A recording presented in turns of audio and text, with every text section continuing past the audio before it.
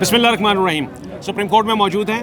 Election case की समाअत थी और एक्सपेक्ट ये किया जा रहा था कि बहुत धुआंधार किस्म की समाअत होगी और कुछ भी हो सकता है, कुछ भी एक्सप्लोड हो सकता है सुप्रीम कोर्ट से, इसलिए कि हुकूमत ने बाकायदा तौर पर साफ बता दिया था कि ना तो इलेक्शन के लिए पैसे हैं, ना ही फ़िलहाल सिक्योरिटी जो है वो दस्तयाब है।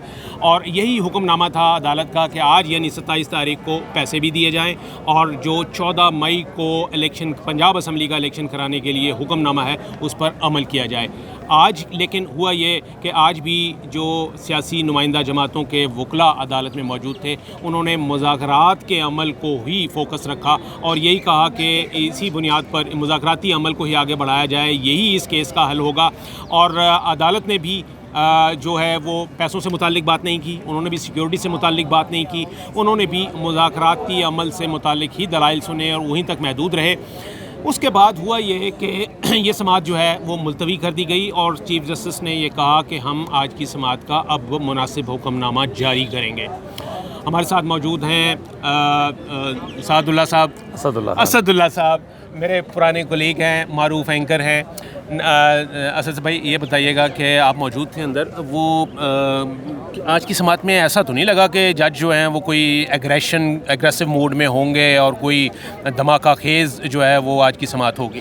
देखिए, मेरा ख़्याल है कि अदालत ने बहुत तहम्मुल का मुज़ाहरा किया है और अब शायद मुझे लगता है कि सुप्रीम कोर्ट ने वक्त देने का फ़ैसला किया। यानी 20 तारीख को जब कहा था ना कि जी 4 बजे तक बताएं, मुझे लगता है सुप्रीम कोर्ट एक दफ़ा उनका ये शिकवा भी ख़त्म करना चाहती है और चाहती है कि वो जाएं, बैठें, तसल्ली से बातचीत करें और वो कोई डेडलाइन उन्हें नहीं देना चाहते और कोई मुनासिब टाइम देना चाहते हैं। 3 दिन, 4 दिन, 5 दिन, 7 दिन, शायद इतना कि जितना मुज़ाकरात के लिए मुतअद्दिद राउंड्स के लिए ज़रूरी होता है। ज़ाहिर है सुप्रीम कोर्ट को भी नज़र आ रहा है कि ये जो मुज़ाकरात होंगे जिसमें चेयरमैन सेनेट अब उसको इनिशिएट करेंगे, क्योंकि अटॉर्नी जनरल बार बार कहते हैं कि जी आज ये प्रोसेस इनिशिएट हो जाएगा और मुमकिन है पहली मुलाकात आज हो या कल हो।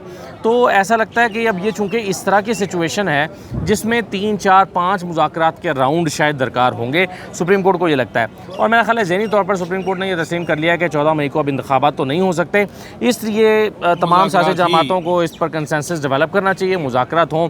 फारूक एज नाइक साहब ने कहा कि देखें जी पहले तो मेज़ पर बैठें, बहुत सारे शिकवे हैं वो ख़त्म होंगे। चीफ जस्टिस साहब ने कहा हाँ ये मुनासिब बात है, आप सही कह रहे हैं, बैठें बातचीत करें। और चीफ जस्टिस साहब ने यह भी कहा कि जी बड़ा अप्रोप्रिएट ऑफिस आपने सिलेक्ट किया है, बड़ा आईनी तौर पर बड़ा ज़बरदस्त ऑफिस है चेयरमैन सेनेट का, कि जिनको आपने मुज़ाकरात के लिए इन्वॉल्व किया है। हम उम्मीद करते हैं इसमें से कोई चीज़ निकलेगी। तो मुझे ये लगता है कि बहुत ही शाह महमूद कुरैशी साहब ने तो ये कहा कि हमसे तो कोई बाज़ाब्ता रब्ता ही नहीं किया गया हुकूमत की जानिब से। उन्होंने ये भी कह दिया कि जी हुकूमत तो संजीदा ही नहीं है मुज़ाकरात करने के लिए।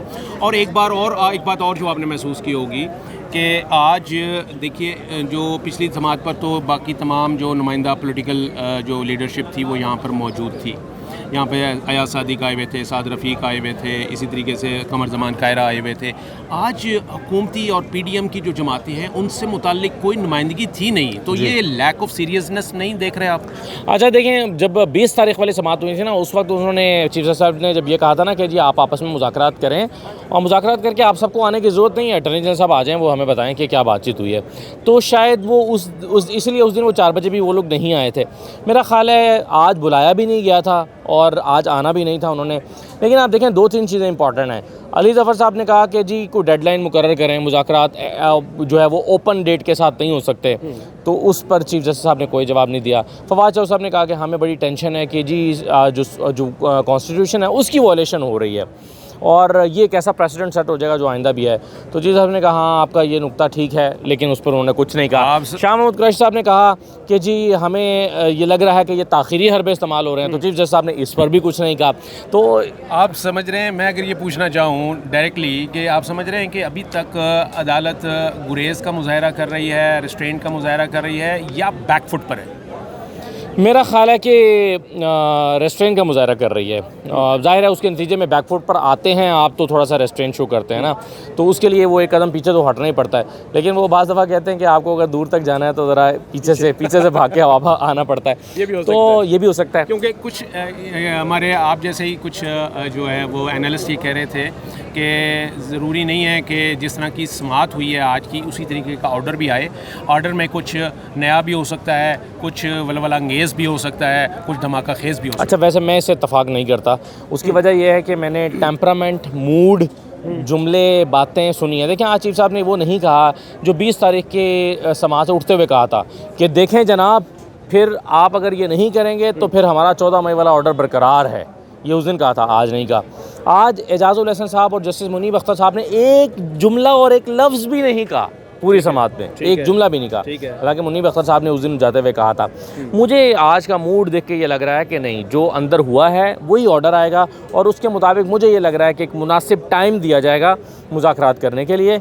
और मुज़ाकरात करने के बाद अगर किसी नतीजे पर ये नहीं पहुँचते, लेट से एक हफ़्ते के बाद, तो फिर सुप्रीम कोर्ट ज़रूर एक ऐसा ऑर्डर जारी करेगी कि जिससे कॉन्स्टिट्यूशन जो है वो उसकी जिसके वो कहते हैं कि हम कस्टोडियन ऑफ द कॉन्स्टिट्यूशन है, तो उसके हवाले से मेरा ख्याल है कोई ऐसा ऑर्डर ज़रूर, ऐसा नहीं है कि बस ये मामला खू खाते में पड़ जाएगा। तो लेकिन अभी आज की तारीख के लिए सब फिर ये बताइए ना कि वो जो आज 27 अप्रैल को ये कहा गया था कि जी आज फ़ंड ट्रांसफ़र कर दिए जाएँ, वो स्टैंडिंग ऑर्डर्स है, तो उस पर तो अमल नहीं हो रहा। जो सिक्योरिटी वाला मामला है वो भी मामला उसी तरीके से है। वो कहते हैं जी हमने जवाब दिया हुआ है कि ये अवेलेबल नहीं है, तो वो भी तो देखिए, वो भी तो वायलेशन हो रही है, वो भी तो ऑर्डर्स हैं सुप्रीम कोर्ट। जी बिल्कुल हैं। देखिए ना, 27 आज की डेडलाइन है, आज रात तक का टाइम है। इसका मतलब है कि आज वो फंड जमा होने हैं 27 तक। वो 12 बज के मतलब नहीं होंगे ना, ऑब्वियसली वो नहीं होने, वो तो उन्हें भी पता है, हमें भी पता है। वो तो कल सागदार ने कह दिया ना कि वो नहीं होने।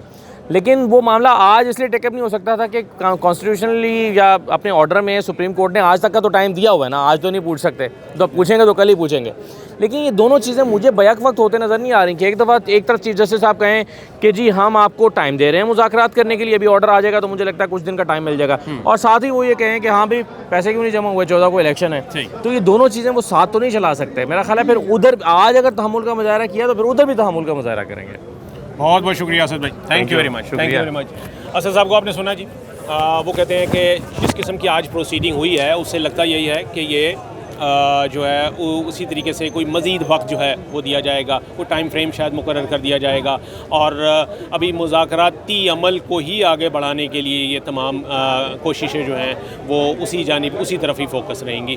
तो इसका मतलब यह है कि हुकूमत जो है वो अदालत से मज़ीद टाइम लेने में कामयाब हो गई है। जबकि कहा यह जा रहा था कि जी बस आज जो है वो शायद वज़ीर-ए-आज़म को या उनकी हुकूमत को या उनकी काबीना को तौहीन अदालत के नोटिस जारी हो जाएंगे और उनको बुला लिया जाएगा क्योंकि अदालती फ़ैसलों पर अमल नहीं हो रहा। लेकिन आज की समाअत के बाद हम ये कह सकते हैं कि अभी हुकूमत जो है वो अदालत से मज़ीद टाइम लेने में कामयाब हो गई है। और इसका दूसरा मामला, जो दूसरा इसका पहलू है, वो यही है कि 14 मई को इलेक्शन जो है वो नहीं होने जा रहे, इसलिए कि अब बात जो है वो मुज़ाकरात पर आ गई है।